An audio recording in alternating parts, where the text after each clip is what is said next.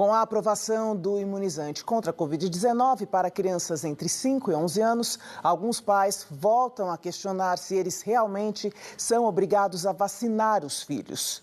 Na entrevista de hoje, o juiz titular da Vara da Infância e Juventude de Guarulhos, Iberê Dias, reforça os limites dos pais na guarda dos filhos, previstos no Estatuto da Criança e do Adolescente. O Estatuto da Criança e do Adolescente é muito claro quando diz que a vacinação de crianças e adolescentes é obrigatória nas hipóteses em que a autoridade sanitária determinar. É o caso da Covid, né? Então, independentemente de qual seja a religião, de qual seja a vertente filosófica de mães e pais, eles estão obrigados a vacinar seus filhos, né? O Estatuto da Criança e do Adolescente não deixa nenhuma dúvida quanto a isso e, inclusive, há uma decisão recente do Supremo Tribunal Federal reafirmando essa obrigatoriedade.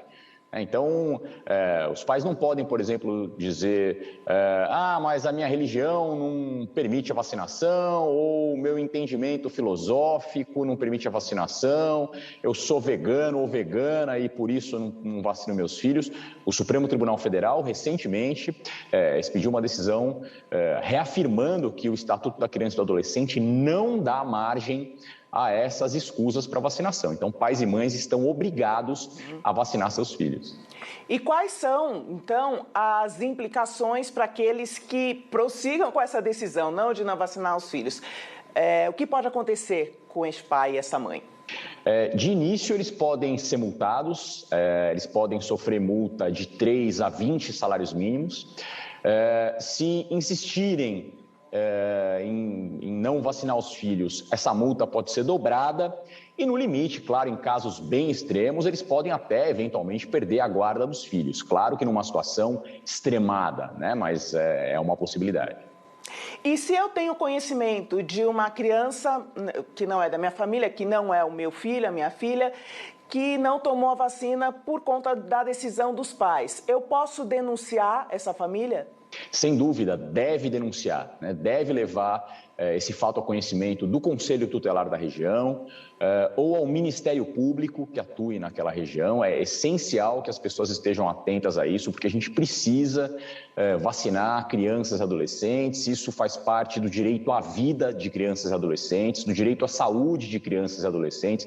Isso tudo também previsto na Constituição. Então, toda a sociedade tem obrigação de velar pela vida e pela saúde de crianças e adolescentes. A gente já teve centenas de casos de crianças e adolescentes, na verdade, somando crianças e adolescentes, milhares de casos só no Brasil de crianças e adolescentes que faleceram em decorrência da Covid. A gente tem que tomar providências para que isso cesse, para que esses direitos das crianças e dos adolescentes sejam observados. É essencial que os diretores das escolas, que professoras e professores estejam atentos a isso e que façam também as denúncias dos casos que forem de conhecimento da escola.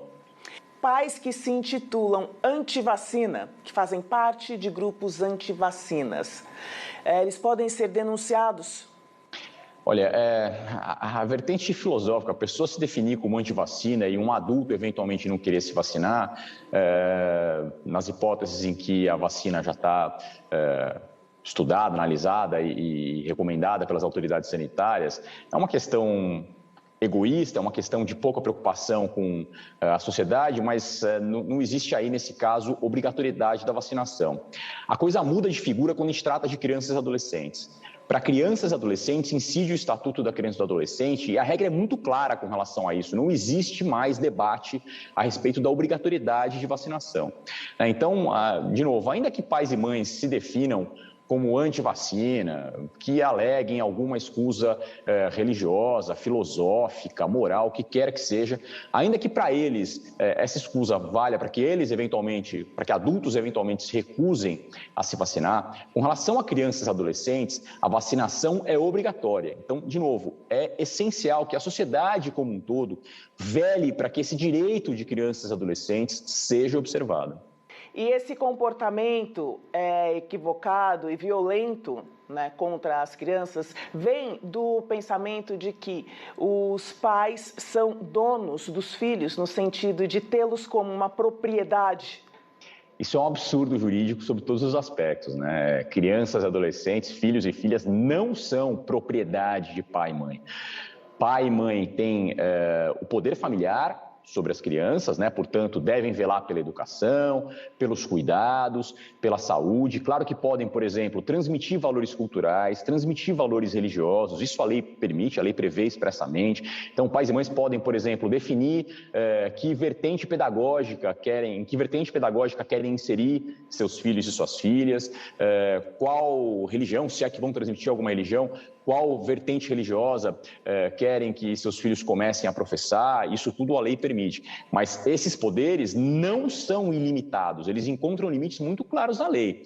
Pai e mãe não podem praticar nenhum ato que contrarie o interesse de crianças e adolescentes. Então, quando esses entendimentos passam a violar direitos constitucionais de crianças e adolescentes, como saúde, como vida, né, no caso especificamente das vacinas, o direito à saúde e à vida, como o direito à educação. Os pais, por exemplo, não podem se recusar a matricular os filhos na escola, né?